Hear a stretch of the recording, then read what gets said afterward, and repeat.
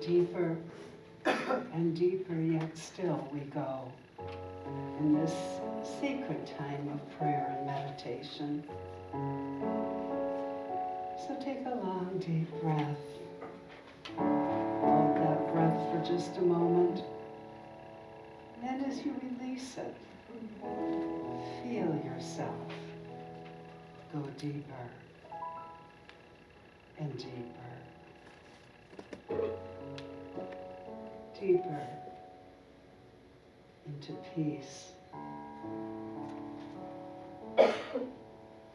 Deeper into love.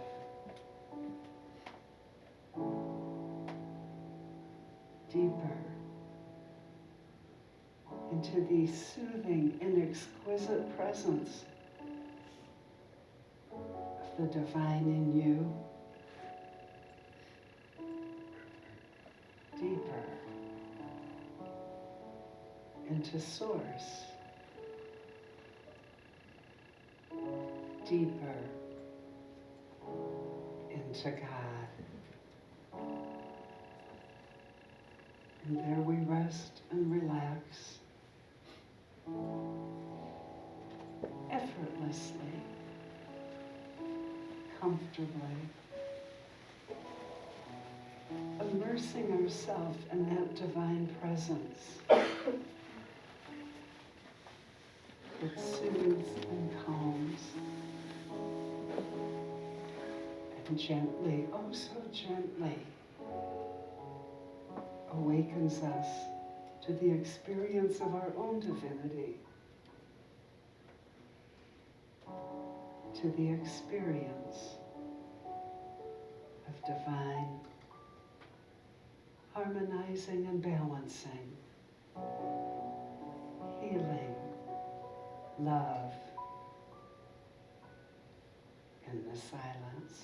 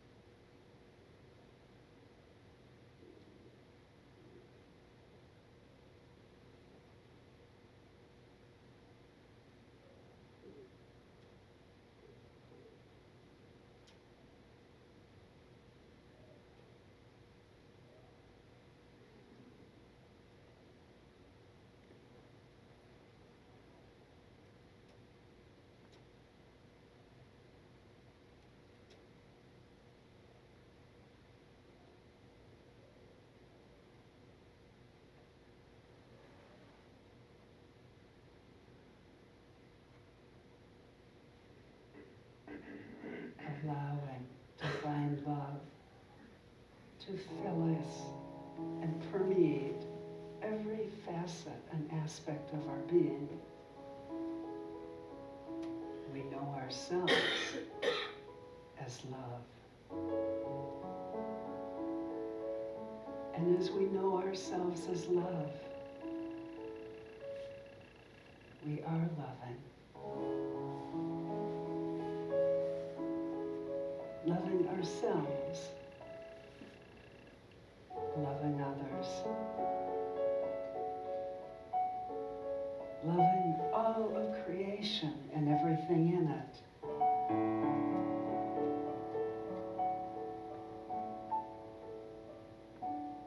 Love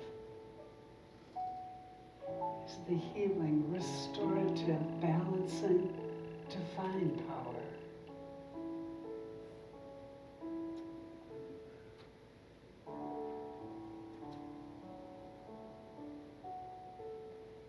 love fills us to overflowing. And it is our joy, our delight, our purpose to be love in the world.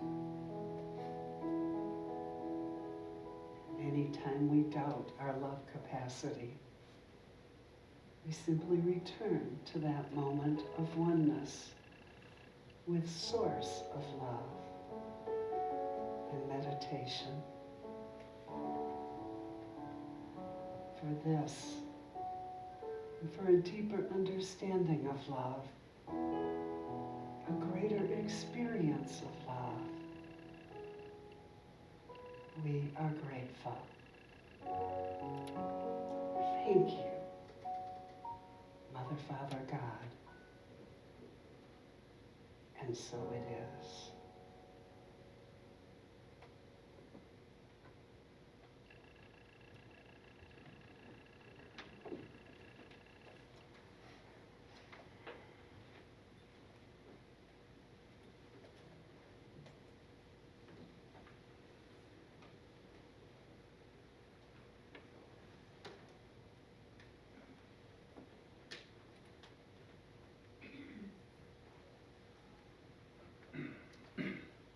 This song is titled Always, and it came from a conversation with the Divine Spirit when I said,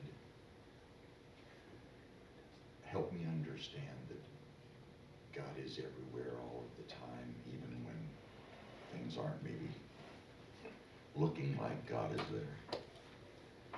And the message I got back was a different perspective on the word always.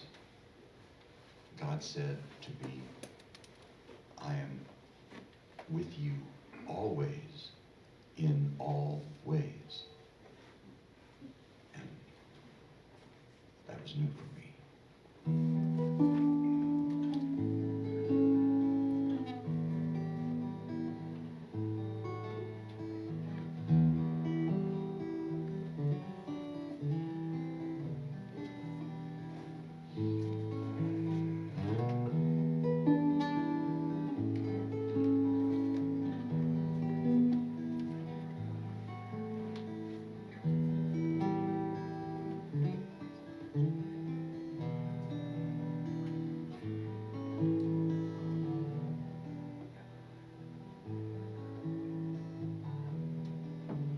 Have you felt the winds of change that are always blowing?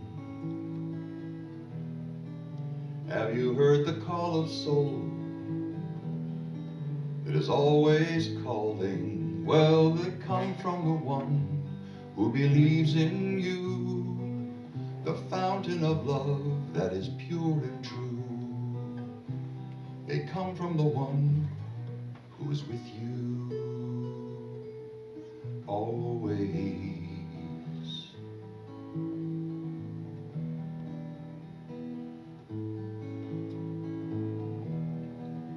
Have you watched the patterns of life that are always changing?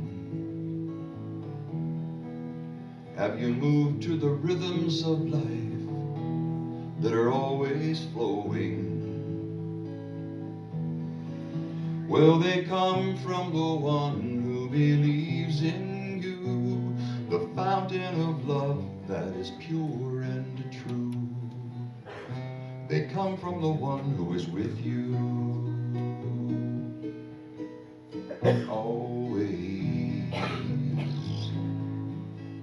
always,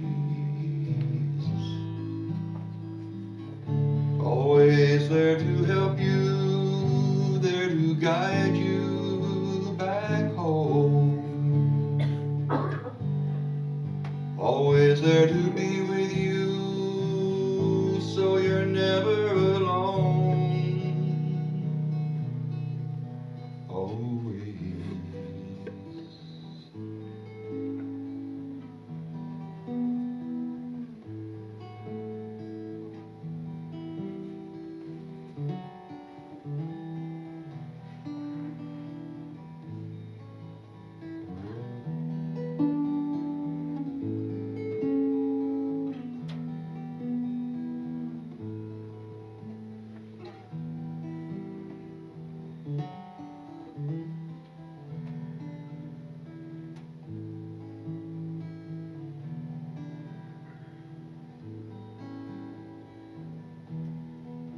Have you seen the miracles that are always around us?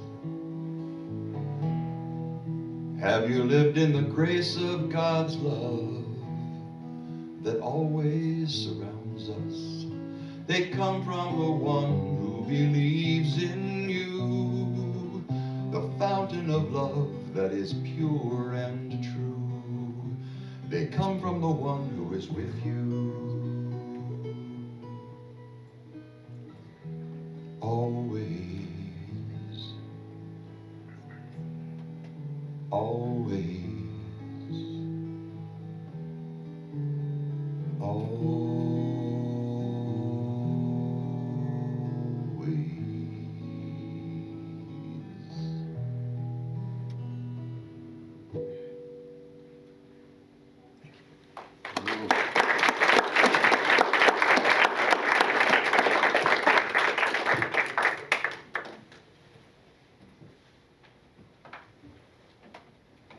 Thank you so much, Rich.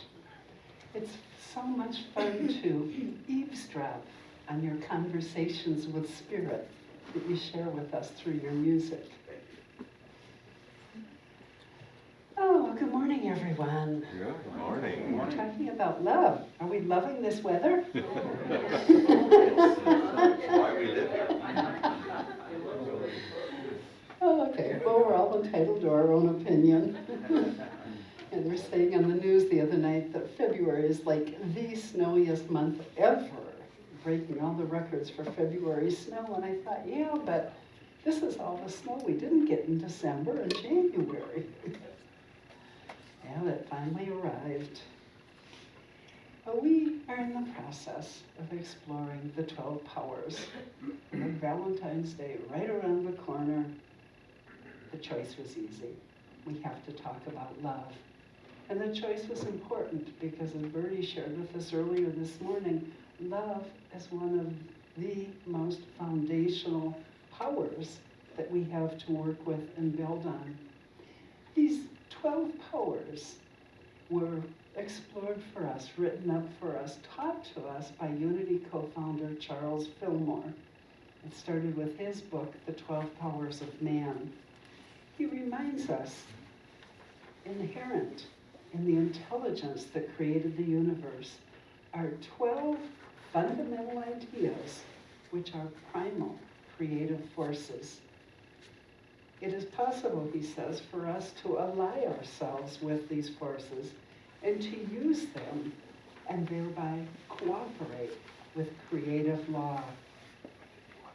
Fully spiritualized, we are the sum total and attributes of perfect ideas, identified and individualized through us. What he's saying to you is we have amazing, incredible capabilities.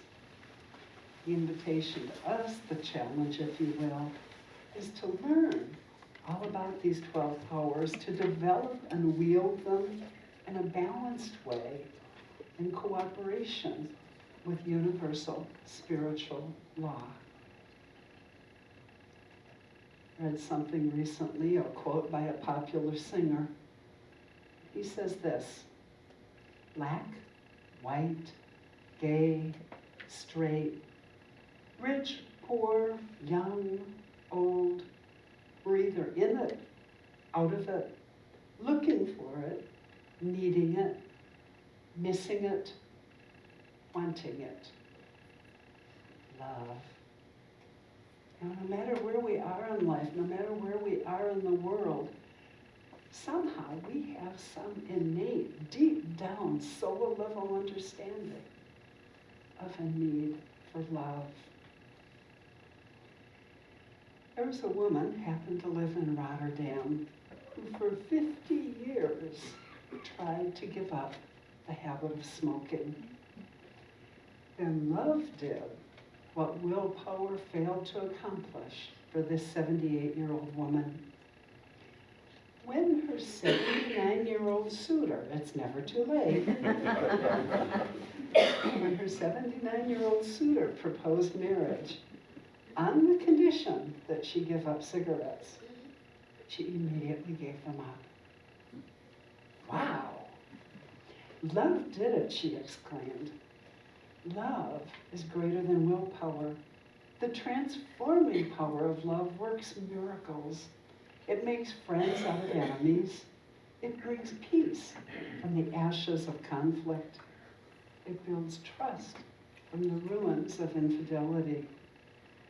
Love is greater than hate. The positive power of love is mightier than the negative power of hate.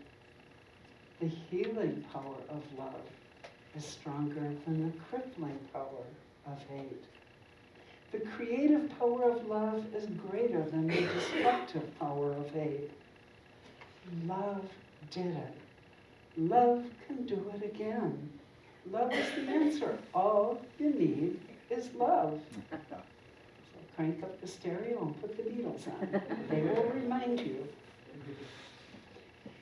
There are different kinds of love. I'm going to spend a couple of minutes looking at some of the different kinds of love. The first one we're pretty well acquainted with. It's the love of hearts and flowery cards, of chocolates and roses. It's that sensory feeling love. It's that love that draws us to each other, and friendship and romance and different kinds of love relationships. It spawns dating and marriage. Wonderful, wonderful ways to experience love. But that sensory feeling love really is just the tip of the iceberg. Fillmore reminds us that there is thinking, creative love. He tells us whatever we focus on, we are loving. You didn't think of it that way, did you? Wherever your focus is, that's where you're projecting your power of love. When we love, we attract to ourselves the object of our desire. So love, he tells us, is the main power through which the law of mind action works. Remember the law of mind action? What you think is what you get. Thoughts held in mind. That's love expressing in your world, depending on where you focus it. That kind of love, that kind of thinking, creative love, however, can be a two-edged sword. We can love something or someone that is not uplifting, that doesn't support us in our highest good. And in loving it and focusing on it, we draw that to ourselves. And there's tough love. We have a lot of parents in here. I know you know what tough love is. It's when you allow your children, despite your best efforts to educate them, to make their own mistakes and learn from the consequences. If you're active in any kind of a 12-step group, you're probably familiar with tough love. Again, that love that allows one to make mistakes and learn from the consequences of those mistakes. I had an experience in tough love some years ago. It was called my first marriage.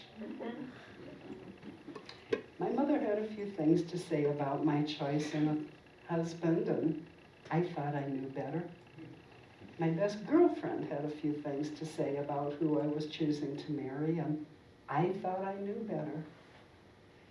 But they loved me enough to be there for me through the marriage and through its disastrous result. From their tough love, from the opportunity, if you will, to make a bad choice and suffer the consequences of my bad choice, I learned piles, tons of information and insight that obviously I needed to learn. Tough love is love that allows us to make our own mistakes and learn and grow from them. You know, sometimes I think this whole experience that you and I are having here on planet Earth is all about tough love. If you think back to Genesis, to the allegorical stories we're told there, all of creation was created in perfection, and those first human beings lived in absolute perfection until they decided not to. And the Creator gave them a choice. There's the tree of the knowledge of good and evil. And he even described that there are consequences from engaging in the tree of knowledge of good and evil. And humanity decided they wanted to have that experience. And you and I are living that experience of tough love, living in a world that is not perfect and learning what we need to learn along the way. And then there is higher spiritual love.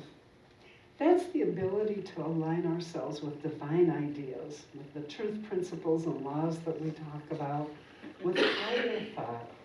It's the ability to harmonize and balance everything in ourselves and our lives to match divine thought and ideas. Charles Fillmore describes it like this: love in universal God mind is the idea of unity. You wondered where our title came from, didn't you? Unity? That's a big part of it. It is the power that joins and binds together the universe and everything in it. Love is harmonizing, constructive power, made active in our consciousness. It conserves substance and reconstructs. It rebuilds and restores everyone. It goes on to say that divine love is impersonal. It loves for the sake of loving. It doesn't concern itself with who it loves or how it loves or even if that love is being returned. Like the sun, Fillmore says, its joy is in the shining, its true nature. So love loves simply and purely for the sake of loving. It's an inner quality that sees the good in everything and in everyone. And it insists that all is good by refusing to see anything but the good. And in so doing, eventually draws that good into manifestation. And so he concludes love as the great harmonizer and healer. So the question I know you're sitting there right now asking yourself is, as a traveler on the spiritual path, how do I develop such a grand and gracious, healing, balancing, restorative love? Now, some of the greatest teachers of all time have given us very clear instruction that answers that question. Yeshua, also known as Jesus the Christ, says, love one another as I have loved you, and love your neighbor as yourself. The implication is that we have to first love ourselves before we can love another. It's reported that down at Unity Village, at the Unity Inn, the cafeteria on campus, a highly respected minister was involved in a conversation that eventually came around to the topic of love. His comment was, the hardest instruction I have to keep is the one to love your neighbor as yourself. I've seen how my neighbors love themselves, and I sure don't want to be treated like that. So we have to ask ourselves, how are we loving ourselves today? Siddhartha Gautama, the Buddha, the enlightened one, says, you yourself, as much as anyone in the entire universe, deserves your love and affection. So how do we love ourselves? Well, I have a step-by-step process. First of all, we remember the qualities of love, and we practice those with ourselves. We remember that love takes time. It evolves naturally over time. So be patient and allow it to develop. I was just having a conversation with someone before the service, and we were talking about learning and growing. And how when we're in first grade, we don't learn everything we need to know about life in the first grade. We learn what we need to know in the first grade. And once we get that nailed, then we move on and expand our learning. And on and on and on. Love and learning to love ourselves is a process. And it does require patience. We need to learn to be kind, compassionate, gentle, and generous with ourselves. We need to accept ourselves even as we strive to be better. We sang about that this morning. I love myself the way I am, and still I want to grow. Find reasons to value and accept yourself, and then seek out those reasons. Celebrate them, and celebrate you. The masters also tell us to practice humility. And in fact, if we are drawing on divine source, recognizing it as the source of love for ourselves, there's really no need to be arrogant or boastful about who we are and what we are, because the truth is we are exquisite creations of the ineffable Creator. It doesn't get any better than that. We need to learn to be kind and courteous with ourselves. That means don't blame or shame yourself for your mistakes. Learn from them and grow from them. In fact, extend the same thoughtfulness and understanding to yourself that you would to your best friend. Have you ever noticed that about yourself? Your friend makes a mistake, they fall flat on your face, and being a good friend, you're the one there that picks them up and cheers them on and says, don't worry about it, learn from this and grow. But are you that gentle, that thoughtful, that kind to yourself when you mess up? In loving ourselves, we don't want to allow ourselves to be easily angered. In fact, our anger only hurts us. It's said that love is not jealous or boastful, nor arrogant or rude, nor insist on its own way. It's not irritable or resentful. Why? Because all of those traits and qualities are basically expressions of fear. Oh, and be quick to forgive. Recognizing that your mistakes are part of your growth process. They're not an eternal flaw. It just means you tried, and you can do better next time. And loving ourselves, we want to live without guile, believing the best in yourself and affirming it positively, giving yourself the benefit of the doubt. There again, extend to yourself the same courtesy and support that you would give to your best friend. Be non-judgmental. Oh man, that's a big one. How many of you have gone through this last week, never judging yourself at any point? Be candid, honest, and sincere. As we extend these attributes and qualities to ourselves, we will be well equipped to extend the same considerations to others.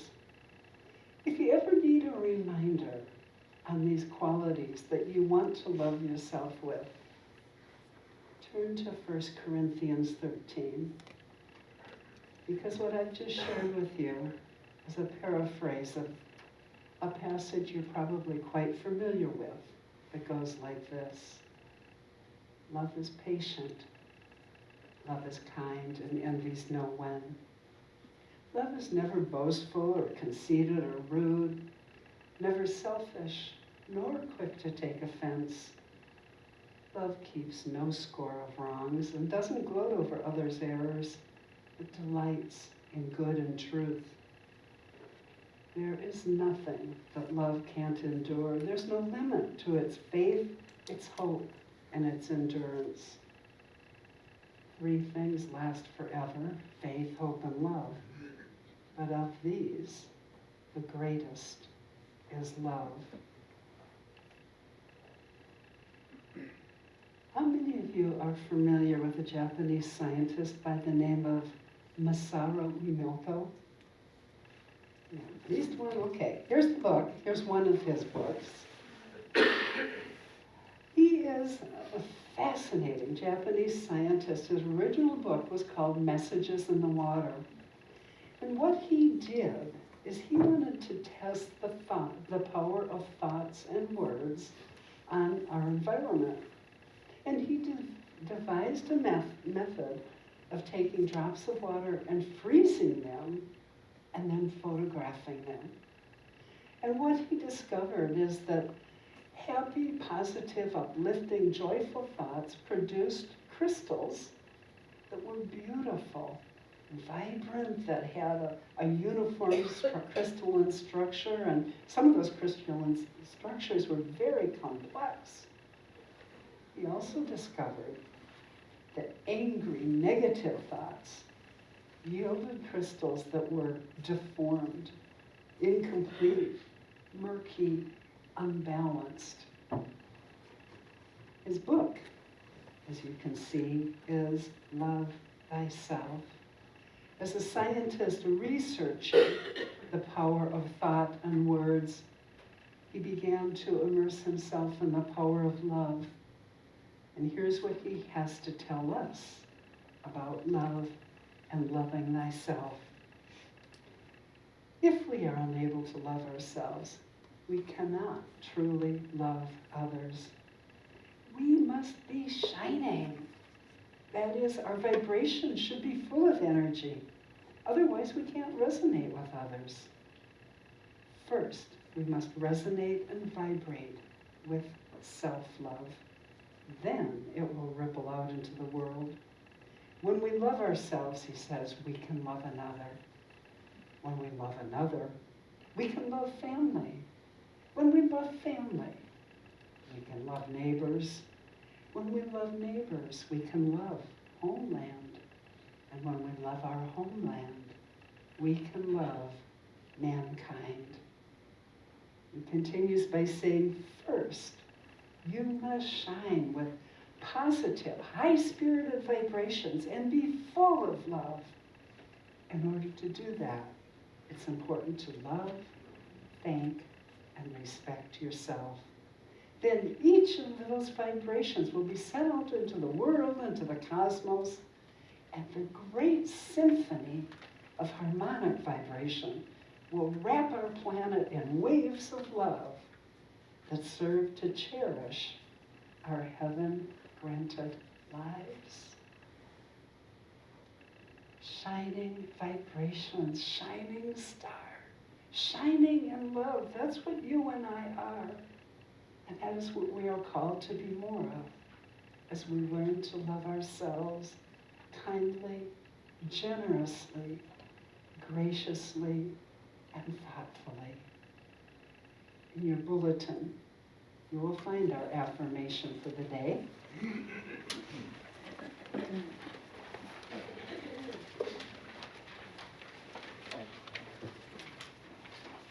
So I invite you to join me in knowing the truth and the power of that affirmation together. I claim my power of love now. From a position of higher spiritual love, I harmonize, unify, and balance my life with divine ideas. You are lovable.